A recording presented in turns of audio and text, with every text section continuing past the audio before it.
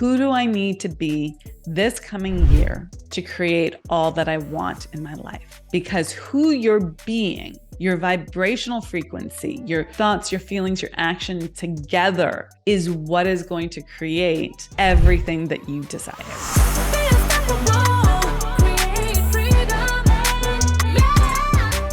In that quiet time at the end of the year, I spend quality time with myself asking better questions so that I can have better results. I do this every year in various different ways.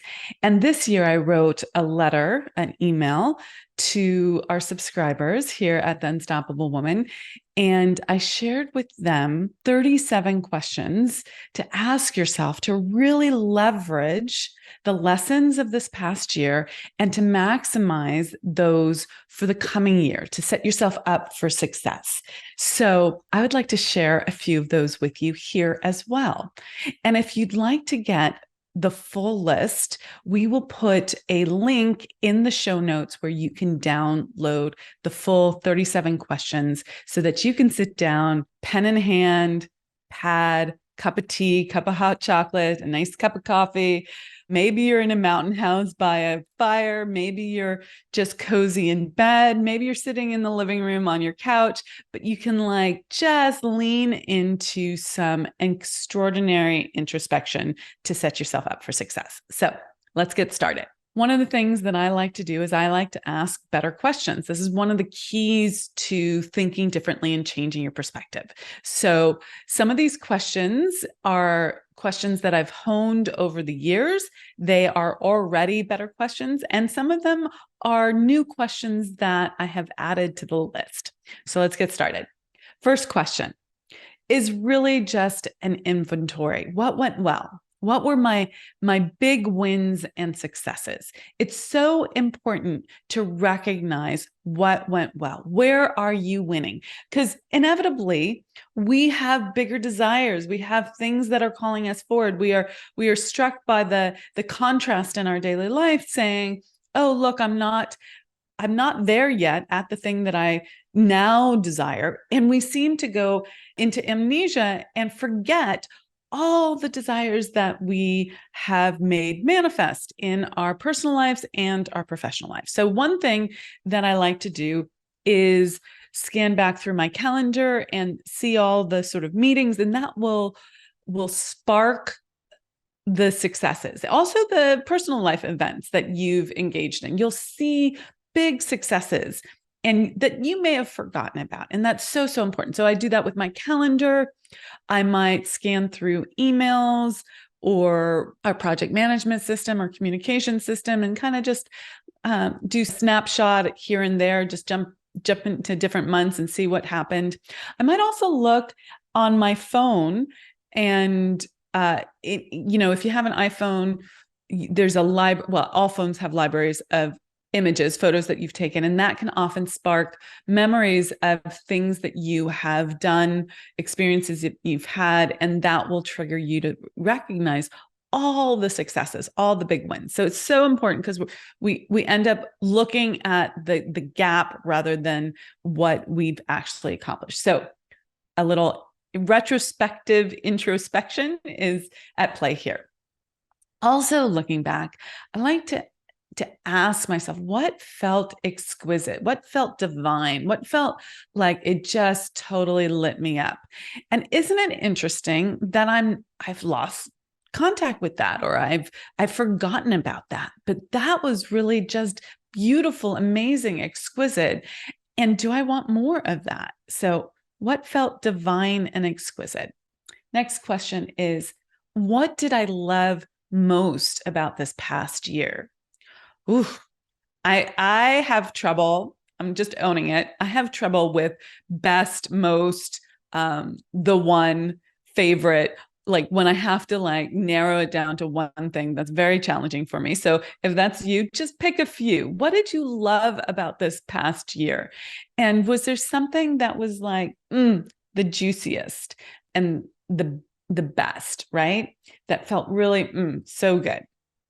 What are you most proud of from this past year? where did you go? Wow, that was really courageous of me. That was really like, I'm proud that I stuck with it, that I stayed resilient, that I stayed in the game, on the field of play. I stayed with myself. I didn't go running from the room.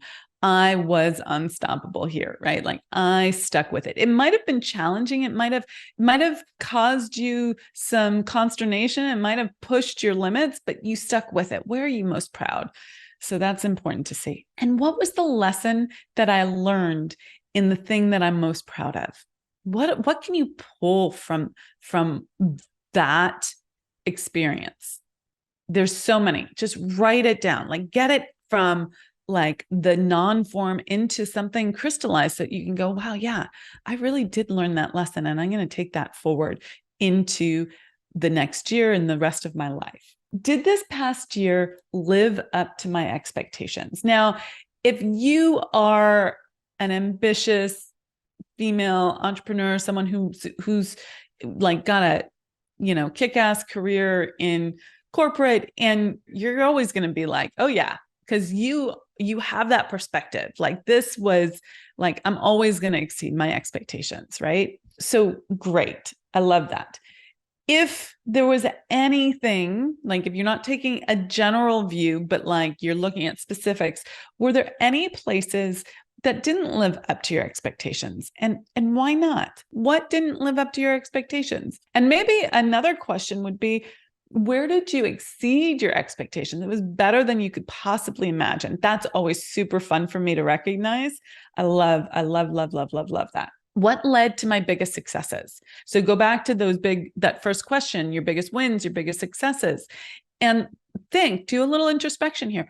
What were the key things that led to those wins, those successes? Some of them will be super duper action oriented, but a lot of them will be showing up differently, being at cause differently, having a different game plan emotionally, or a different attitude or different way of navigating the world, a different pace. What led to those big successes and wins? Will I do those same things again? Those new adjustments? And if so, how are you going to incorporate those, and to what ends? And this is starting to get you to think about what your next vision is, what you're creating this coming year.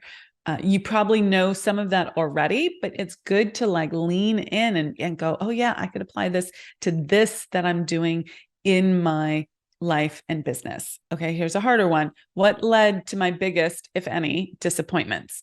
Now, we all have disappointments, okay? You probably you get good with them. If you're resilient, you learn how to get good with any disappointments that come up, but you had some disappointments. What were those disappointments? Okay. And what led to them? This is really important, because if you want to change, you got to know what caused it. Okay. So next question. How would I change my approach given a new opportunity, right? Based on those disappointments, what would you do differently? Got to get really honest with yourself here. What would you do differently? Who in my life did I love spending time with this year? Maybe there were new people in your life. Maybe there are people who have re-entered your life that you didn't see for a long time. Maybe there were new friends or new colleagues or new people on your team. Maybe there were new lovers, right? Like, who did you love spending time with? Have I expressed that to them? That's just like a yes, no question.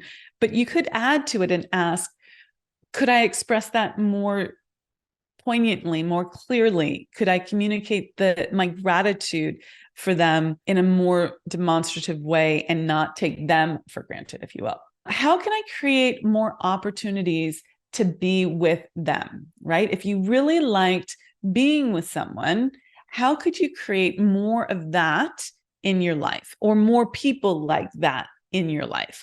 Because we want to continue to up level and be with people we really love being with. Okay. Why compromise? Let's go for what we want. Who in my life did I not like spending time with? Or who did I like spending time with the least, right? Just get honest with that. Sometimes it's hard, guys, but sometimes this is family. Okay. I've helped so many women who are like, I just don't like this relationship with my brother or my sister or my mother or my father or my aunt or my uncle anymore. And you have to figure out how to extricate yourself. But the first thing is you have to be honest about it. Sometimes it's a longtime friend. Sometimes it's a neighbor. Sometimes it's someone on your team. Sometimes it's a colleague. And you just have to understand, I didn't really enjoy myself with these people. I need to do it differently. Okay. So the next question is, how can I eliminate or improve these interactions? What was missing in my life? That's number 18. What was missing in my life? That's pretty straightforward. The thing here, though, is you got to be honest with yourself. You have to really, you can't just put the happy face on, rose colored glasses. Everything's great. I'm always going to have a good attitude. You have to say, you know what? If I'm honest, this was missing in my life. And if you acknowledge it, you don't want to energize it and start blaming yourself or anything like that, but you can then start creating it. You can then start moving in that direction. Another way of asking this question is, what do I want more of? Maybe it's already in your life. It's not missing, but you want to create more of it in your life. So what do you want more of? Where am I limiting myself? This one's a good one. Because like, if you're honest, it's like, oh, I'm playing small over here. Oh, look at that. I'm playing small. Where am I limiting myself? Where am I setting myself up for failure? You guys, you know this. You know this. You're not communicating to your team, or the goals are not aligned with how you want to live your life or what you want to do. You are choosing your next initiative, your next purpose in this world, like out of desperation, not out of true thoughtfulness, right? Like there's all sorts of ways that we set ourselves up for failure, and don't do that. Okay. Please recognize where you're out of alignment and do it differently. What patterns of behavior are no longer sustainable and I want to let go of? This is a good one. You know, these are habits. These are habits. I also wrote an email about the new habits that I'm creating in the next year. And one of them is I'm no longer going to do things that cause that rush and that urgency, like leaving late to the appointment, like trying to fit one more thing in. I have been working on this one for a long time, but I know that this is the year that I'm going to really turn it around. So you know what those habits are. Maybe it's a habit of disappointment or blame or doubt or feeling rushed or not enough time. What is it for you? Putting off things, procrastination, not working out. It could be as simple as that, right? So what are the habits, the patterns of behavior that are no longer working for you, that are no longer sustainable? And what new habits do I want to create or build upon? So I already spoke to mine.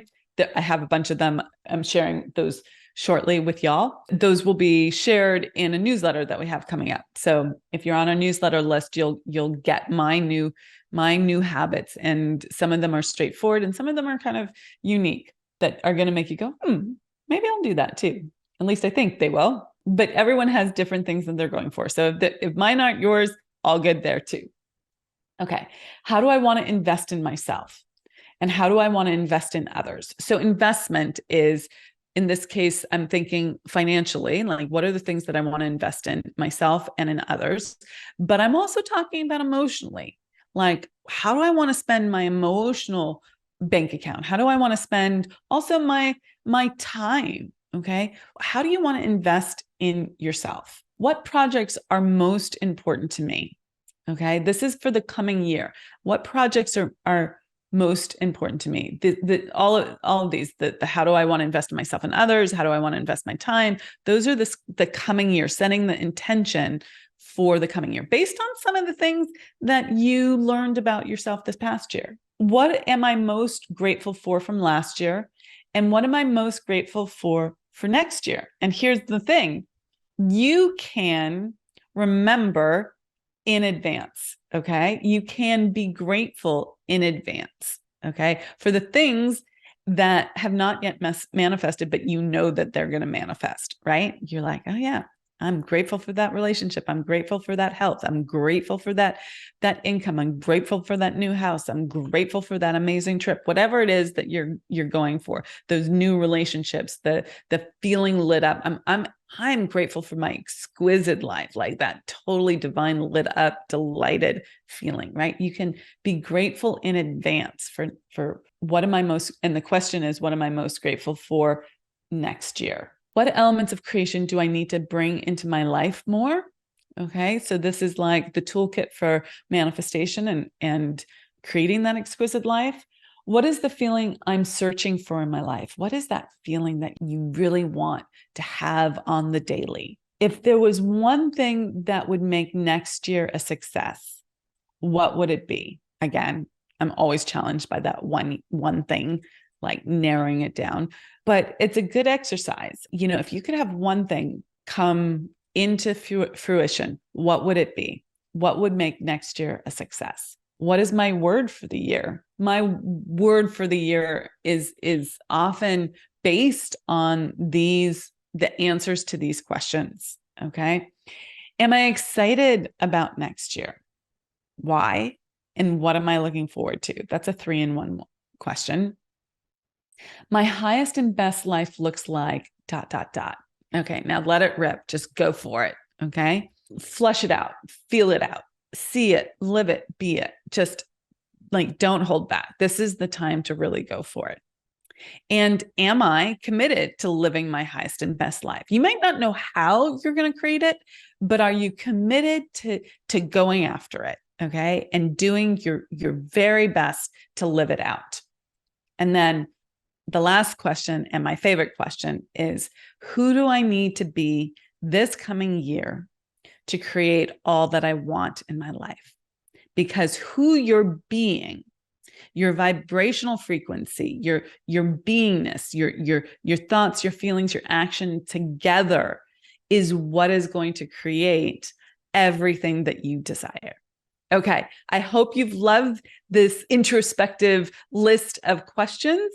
If you would like a copy of the questions to refer to, please go to theunstoppablewoman.com/end of year, one word. So theunstoppablewoman.com/end of year, all one word. And you can download a copy of these questions. I hope you have an amazing end of the year and that these questions help you lean into the most successful coming year.